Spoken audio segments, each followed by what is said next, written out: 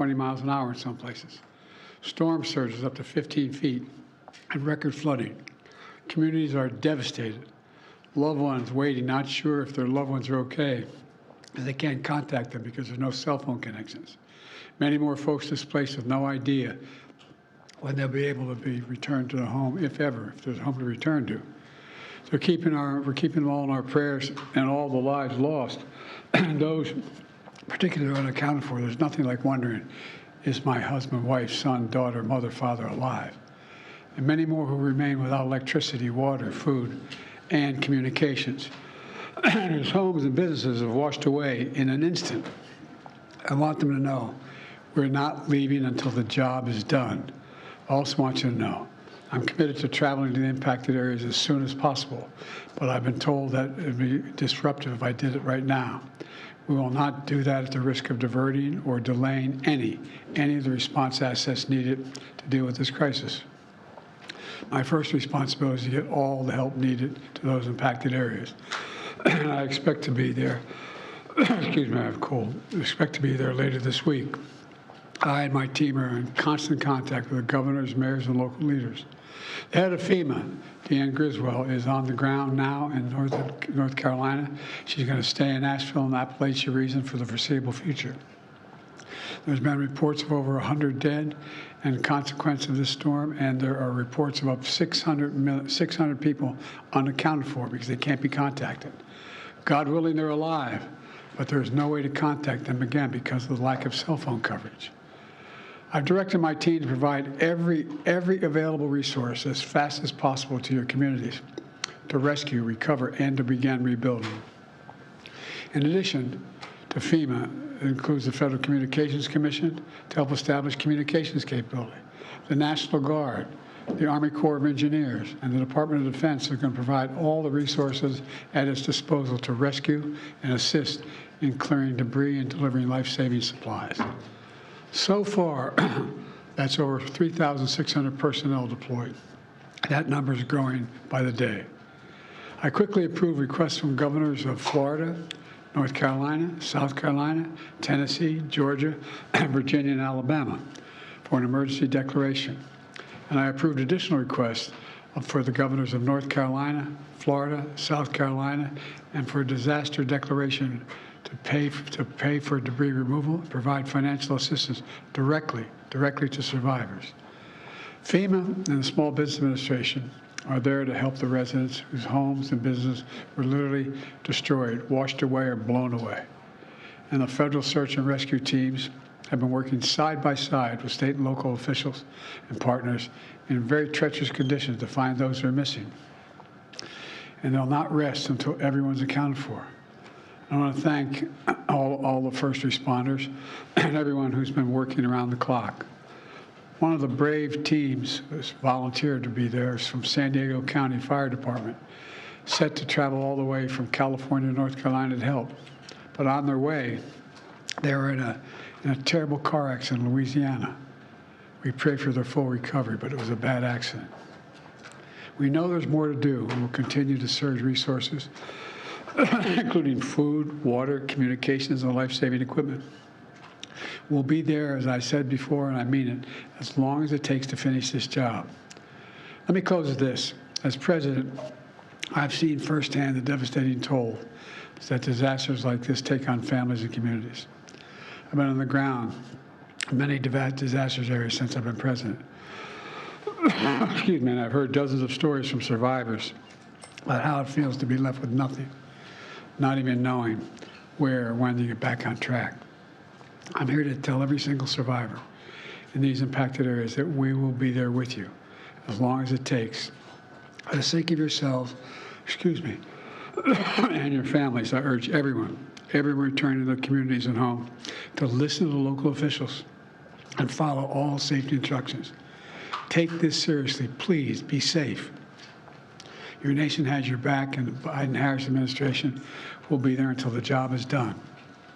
God bless you all, and I'm thinking of those that are still wondering where your loved ones are. Thank you. Will you need to supplemental to help the people in the Southeast, Mr. President? Say again? Will you need to ask Congress for a supplemental? That's my expectation, yes. You know roughly how much you're thinking? Not yet. This is a historic storm. It's devastating. They've never seen anything like this before. And some of them are back-to-back, 3 storms in a row. So it's really, really devastating. Would you consider asking Congress to come back for a special session to pass a supplemental?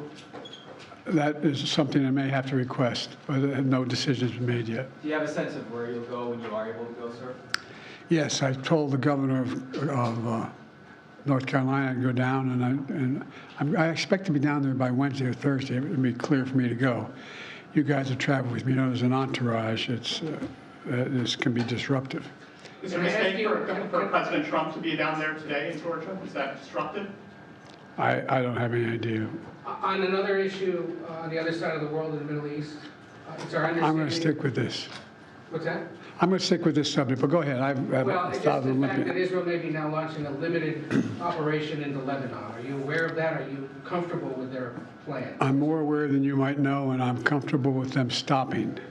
We should have a ceasefire now. Thank you. Do you expect Iran to retaliate? On the hurricane, Mr. President, why weren't you and Vice President Harris here in Washington commanding this weekend?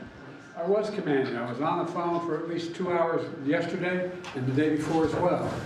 I command. It's called a telephone. Is it all my security people? Is it not important for the country to see?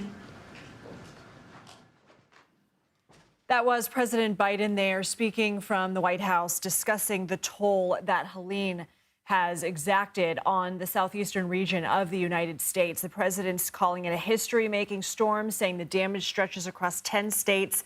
Homes and businesses washed away in an instant. He says he would like to travel to the impacted areas ASAP, but said because of the entourage he travels with, it may be more destructive than helpful. He's hopeful that he will make it by Wednesday or Thursday. He says the head of FEMA is on the ground. And perhaps most tragically, he said there are 600 people still unaccounted for because of the loss of communications. He said, God willing, they're still alive. But right now, there's no way for their family members to contact them. CBS News has confirmed at least 116 fatalities. I want to bring in CBS News Chief White House correspondent Nancy Cordes. Nancy, the president says they're not leaving until the job is done. Why is it important for him as commander-in-chief to say the federal government has their back? Because, first of all, they need the federal government right now more than ever. This storm, as you heard him say, is historic. This is an area that was not prepared for something like this. You heard all the government warnings days in advance to residents of Florida saying this is going to be life-threatening storm surge. You've got to get out of the way. You know, it wasn't until about 12 to 24 hours before the storm made it into North Carolina and Tennessee that we began to understand that it could be life-threatening there as well. And you just can see from the pictures how difficult it is for for federal resources to get into where they are needed most. So he needs to show that the federal government is invested, that it isn't going anywhere. This is obviously a matter of life and death. It's also obviously going to be a political issue as well because this is an election year. And he was asked about Donald Trump's impending visit today, but he didn't really want to touch that. He said, I have no information about that. He was asked about whether he would have to go to Congress and ask for a supplemental funding package. Would he have to call for a special session? How does that work?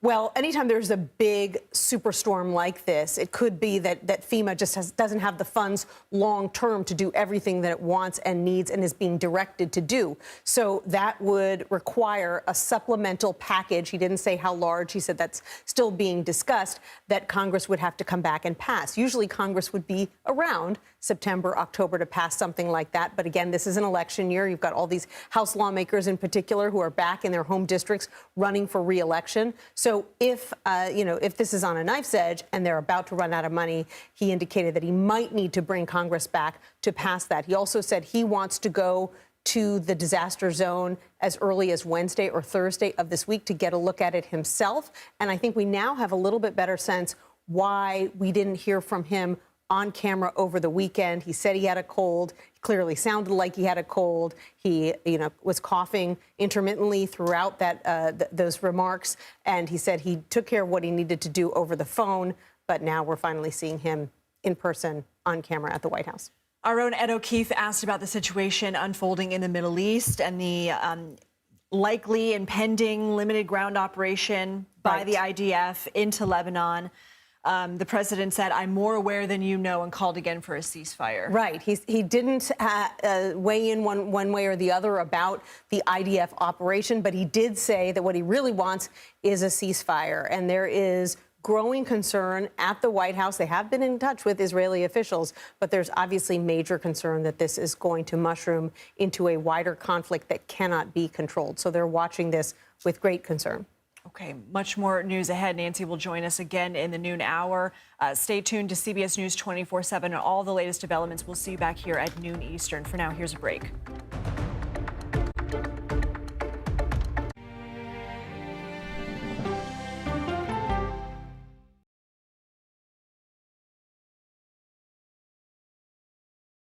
These are the stories 1, 2, 3, go! of We the People. We're trying to generate our own hope. It's a huge deal. I'm enabling them to feel valued. Eye on America, weeknights on the CBS Evening News with Norah O'Donnell. I had progressively fallen deeper into the world of online sports betting. The risk is the rush. What do you think is driving the spike in popularity? I think it's legality. If it's legal, I'm going to use it. There are ways to bet when you are 18. We've created an epidemic of child gambling. You can't walk into a male dormitory in a college campus without sports betting happening. It's America's most neglected problem. I used sports betting as a way to escape, when in reality, I'm choosing self-destruction. Whatever I had left, it was gone. The purpose of the industry is to get you to play to extinction. And that means until all your money is gone.